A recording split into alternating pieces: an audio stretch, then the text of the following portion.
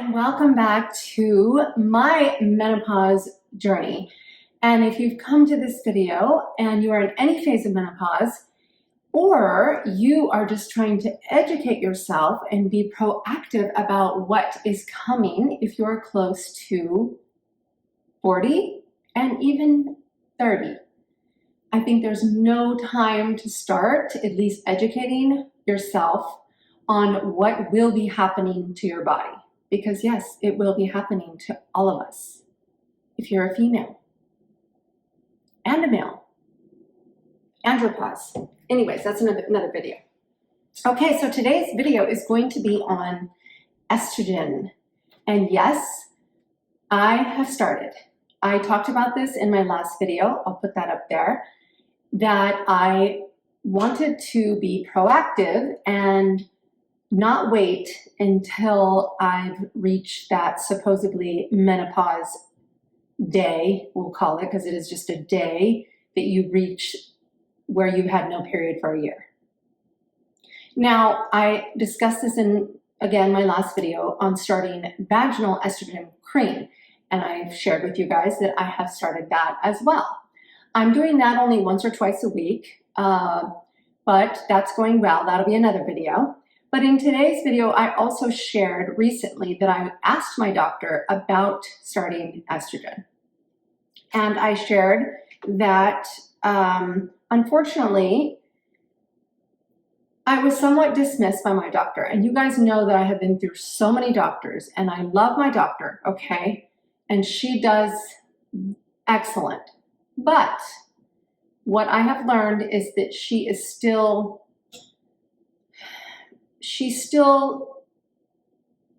operating from fear. And we can't blame the doctors for this because they just are not educated, and it's really not 100% their fault. Now, I do think it becomes a point in time that they need to take responsibility and educate themselves properly, since they were not educated properly in med school, correct? So, but I discussed to her that I wanted to start early, that I didn't want to wait, and why should I wait, and what her feelings were on me waiting. And again, I felt dismissed. I felt dismissed because she was open to having the conversation, but then when we had the visit, it's almost like she didn't remember saying that, and she wanted to know if I was suffering from the hot flashes, from the night sweats. How bad is it? And I really said, well, actually, in my menopause journey, I don't suffer. Yes, I get the hot flashes quite a bit, but they're not crazy intense, and they don't keep me up at night. They're not really, let's say, affecting the quality of my life. They're bothersome, definitely. They can be embarrassing because you just get really hot in a very, a very tough situation or not appropriate time to be sweating and getting really hot. So I'll say that. So I feel like she kept asking me, okay, well, tell me more. And it was like, and she actually even said that I'm not hearing any sort of suffering. So I felt dismissed. I felt dismissed that she, your doctor or anybody else should never determine how bad you're suffering or if you're suffering or not. That should not be your doctor or anyone else's decision or choice, or, if you're suffering, that's your feelings, and they should be validated and not dismissed, or just assumed. It shouldn't be her position to decide if I'm suffering or not. That sounds better. So that was a little upsetting, even though you guys know I feel very, very blessed to have found her, and she's done a lot for me on this menopause journey. And I went through so many doctors before. So I want to put that out there. So anyways, I let it go at the visit, and I shared that in my last video. And then I let a little bit of time go by, probably about 2 months, I'd say, not even that really. And I, in my chart, messaged her and said, you know what? I want to start estrogen. And I just told her. I told her that I want to be proactive. I don't want to wait until I'm completely out of estrogen before I start taking estrogen. I would like to start taking it before, just like the vaginal estrogen that I'm started using the cream, because why am I going to wait till damage is done? To me, it makes sense that if the damage is done, it's going to be more difficult to reverse. Not impossible, but I'm sure probably impossible to reverse like all damage. And we also know that even taking HRT, hormone replacement, it's never going to probably put us back to physiology amounts of what our body was making. And I've heard doctors say this, and to me this just makes sense. Like, obviously we're not going to be able to take estrogen and progesterone and mimic to a T exactly what our bodies were making as, say, a 25-year-old. Okay, we know this, but I feel like if we can be proactive, and I just makes sense to me that why would we let the body completely run out? If we decide and we know we want to take estrogen, then why would we wait? Okay, so I, again, messaged her, and of course she's very good. Like, if I ask her for something, she's going to give it to me. So I have to give her so many kudos for that, because she's been wonderful. So I just asserted myself and said I would like to start taking estrogen. She called in the prescription, and we had already kind of discussed before about, the types. It ended up giving me estradiol, which estradiol is what our body is making, and this is bioidentical. Remember, there's a family of estrogen, so there's 3 different types of estrogen. This is estradiol. This is estradiol transdermal. Basically, I am at, oh my God, I can't even read that. I'm doing a patch, so that's what transdermal is. So it goes through the skin, and I'm at 0.05 milligrams. I just got out of the shower a little bit, so it's probably been about, I'd say 30 minutes. I think key is to wait at least 30 minutes after you get out of the shower. You want clean, dry skin so the patch will stick, okay? So I have just got out of the shower. Like I said, it's been about 35 minutes, maybe more, and I'm gonna show you how to put the patch. But remember, clean, dry skin. A lot of women suffer with the patch sticking to their skin, and I think no lotion, even be careful any products you have on your hand, because this can make it so it won't stick. I haven't had any problems with it not sticking. If anything, I've had problems getting it off. It's very sticky still. You're gonna leave it on for 3 days. You pick the 2 days per day. So you get to pick your days. It gives you like a little chart here. So I'm gonna show you how we do this, okay? So like I said, no products, nothing, and you want the skin to be really dry. If your skin is really oily, that could be a problem. This is the little patch. It's kind of got a little sticky, almost like a Band-Aid. Okay, so then you'll have a sticky side, which is here. So you're gonna peel that and carefully hold the end, peel the other side, it comes right off. And then, okay, you can either put it on the abdomen. I have tried it here and I didn't like it. I felt like it did not stay stuck. And it seems to get, more friction from your clothing. So you are able to put it on the lower abdomen, but I have found it's best, now I'm letting this stick on me. I have had it's best in the back. You can do the upper buttocks. So I think that's best. I'm gonna do this side. I kind of rotate the site, and I feel like putting it this way rather than that way. Okay, and you just are gonna stick it, I think the upper buttocks, not too low though, right about there. And then you press it on, and that's it. Okay, and again, you're gonna change that patch. I've had no problems in the bathtub. It hasn't come off, so that has not been a problem for me. Anyone pipe in and see if that's been a problem for you, but I think it sticks better on the upper buttocks area rather than the belly, but you may do better with it there, and you can try. If it doesn't stick for you and you have trouble, then change the site, and you can just change it. I kind of just move it around.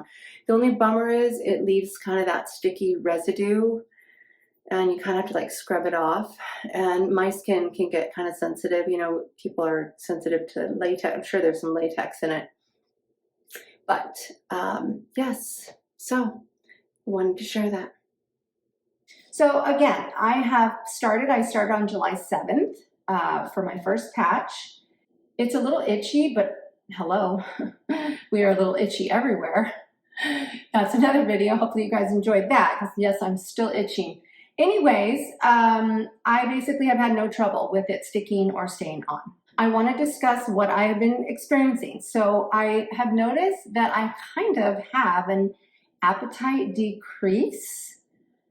And I didn't want to get excited about this, you guys, because this was wonderful, but I almost felt like I wasn't having, and it may be too soon, you guys, because I started on July 7th. Today is what, almost the 1st of August. So it's barely even been 3 weeks. So I kind of don't want, we're doing this taking this with a grain of salt, and I will be sharing this very frequently with you guys to update you on how this is going. Okay, so it's still fresh and still kind of new. So I do feel like you really need to give this, we've talked about this before, you really need to give your body quite a bit of time before you can really say, okay, yay, okay, no. I wasn't as hungry. It's also summer and it's been hot.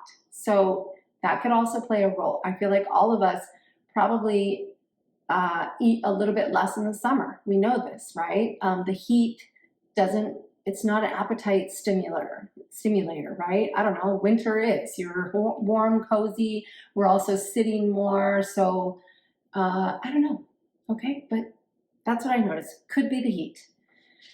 Okay, so next, a little mood. I'm gonna talk about mood. I have been noticing a little up and down with mood. I felt like I was really at a good place with my mood just recently before the estrogen patch. So I really was nervous to mess with that. But at the same time, I felt like, again, I wanted to start the estrogen earlier than later. And this is a new approach, you guys. This is something that is new thinking, I would say. But a lot of doctors in this space that I really respect are speaking of this. Like, why would we wait? We don't have to wait. Just like the vaginal estrogen, you do not have to wait.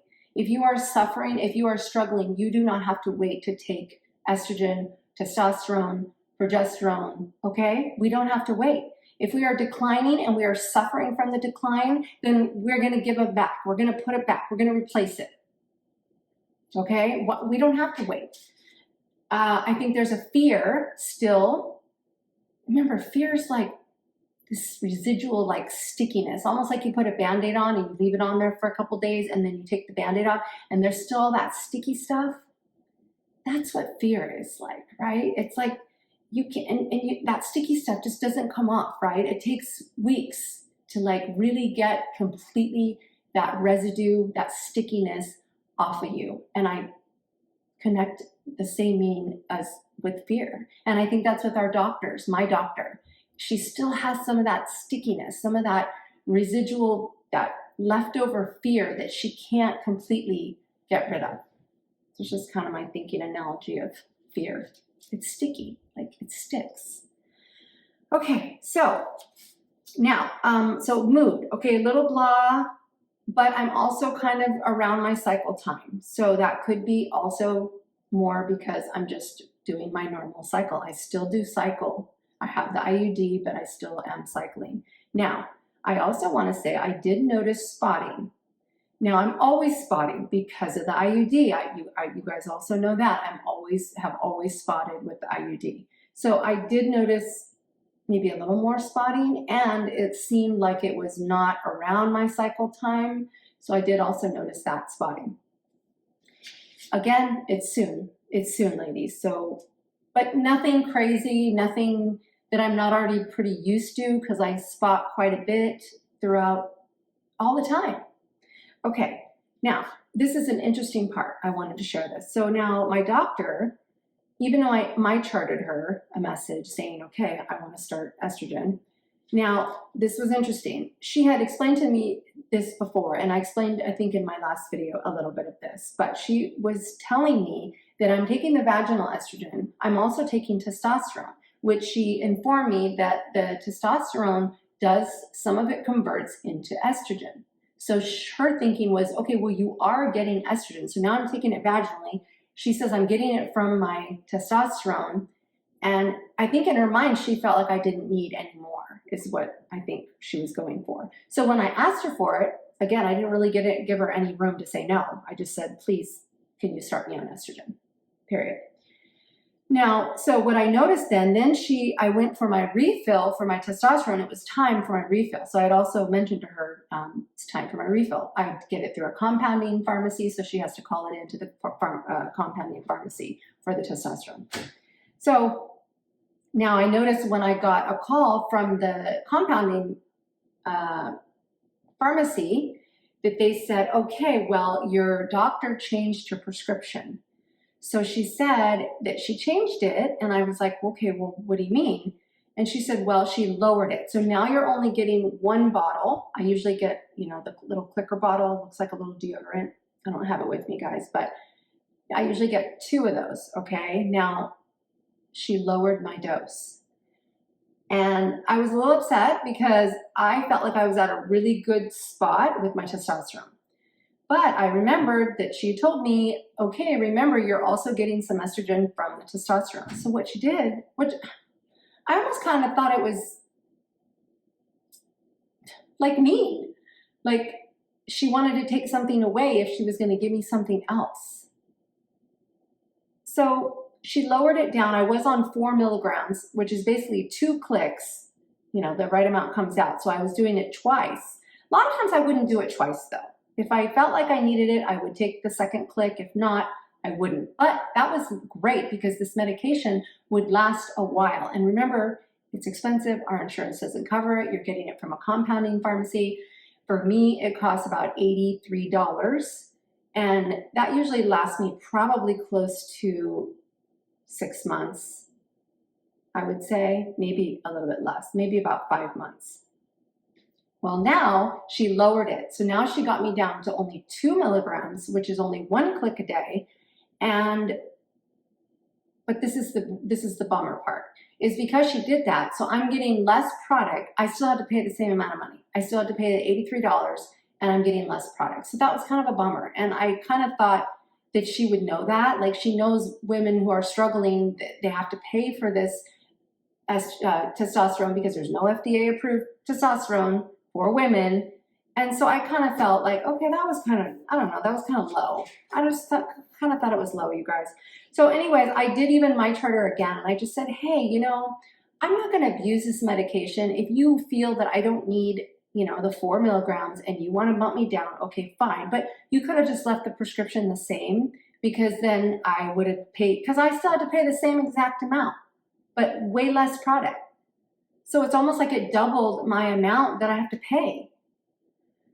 Okay, so kind of a bummer. I'll discuss more of that in my testosterone update video, but yeah, we're gonna try not to get too off track. So one last thing is my sleep has been off. Now, I went on vacation and we stayed in an RV. We took it to California. You guys know him, well, some might know him from California, but I'm an Army spouse and we are stationed in Washington. So we took the RV to California. It was great seeing family. A little overwhelming. Again, that's another video. Anyways, I slept so good, you guys. I slept so good. Now, I had not started the patch yet. I started on July 7th. We were already home. So I was sleeping very good. Now, I do think you're on vacation. I swear I think the RV mattress is more comfortable than my mattress at home. Okay, but I felt like I was finally got the sleep right. And I've shared with you guys in the past, I take my magnesium at night. I take the glycinate, and it's, I take 2 tablets and I take those at night, right before bed, like half an hour before bed, or even right before bed. I also make sure that I have no caffeine. I've been trying not to exercise late. I take my warm bath with magnesium, also in it, Epsom salt. Not sure if the patch has affected my sleep, okay? The verdict is still out. I think it's too soon to say, but my sleep has been a little bit off and I'm not exactly sure why. I'm also getting less testosterone. So you know what? Who knows, you guys? So we're really paying close attention to this. I want this to be very helpful for anyone who is also on this journey or is thinking about starting. And I want to really make it clear that you do not have to wait. And if you are suffering, please reach out. You do not have to suffer. And I pray that you are not suffering alone, because that's even worse. To me, there's nothing worse than suffering through this, through anything in life alone. And you are not alone. I am here. This is why I'm sharing my journey, because I don't want any other woman to feel alone. And this can feel very alone. So I'm here for you, but I want you to know, reach out. You can reach out to me. I am not a doctor, but I'm right here with you. I'm on this journey. I have tried everything and I'm sharing it all for that reason. So someone, at least one woman, if I can make her not feel alone. So that's why I'm sharing this, you guys. So let me know on your thoughts, where you're at. If you're taking the patch, if you're going to wait until your last period, if you already have decided you're going to start earlier. I just really believe this, you guys. Why are we going to wait? Why do we have to wait? We don't have to wait. See, there's still that fear, that stickiness that is stuck to estrogen. And, you know, it's almost like, okay, well, and that's even how my doctor was. She's like, okay, well, we'll start, but only when like you're dying and you're suffering and you're literally out of it yourself, like you have none left. And I think that's wrong. I don't think that's the right path for us. I don't think that even makes sense. So let me know your thoughts. And maybe you're a woman that's having no symptoms and you feel great. Then I get that. You know, if you're not suffering in any way and you feel great, then why would you want to mess with that? You know, let's not fix something that's not broke, right?